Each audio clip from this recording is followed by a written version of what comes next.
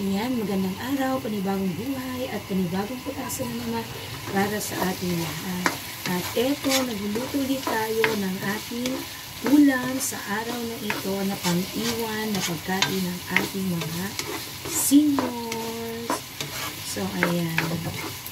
Lagi lang naman ako nagluluto ng hindi ko alam ang pangalan. Basta ito, gisa-gisa lang na giniling.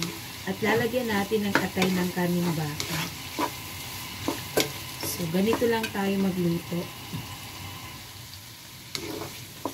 Ayan. Say good morning, tatay. Good morning daw, sabi ni tatay. Lagyan natin ng ating paminta. Naglagay pala ako ng konting suka para hindi nakakaumay. Ayan. Lagyan na natin ito ng ating ito yung malalaki na mushrooms, and lagyan natin ng ating green peas. Ayan. Nilagyan ko ng green peas. Ito, nilagyan ko na siya ng green peas.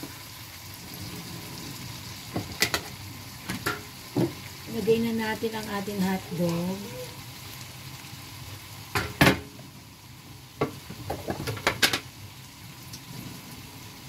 At ilagay na natin ang ating atay. And then, halu-haluin na lang. Lagyan natin ng pickles. Ayan. Konting halo-halo, and then maglalagay na tayo ng ating bell pepper, and mamaya yung ating tomato paste. Maglagay na tayo ng laurel and tomato paste, and after nito, luto na to. Ayan.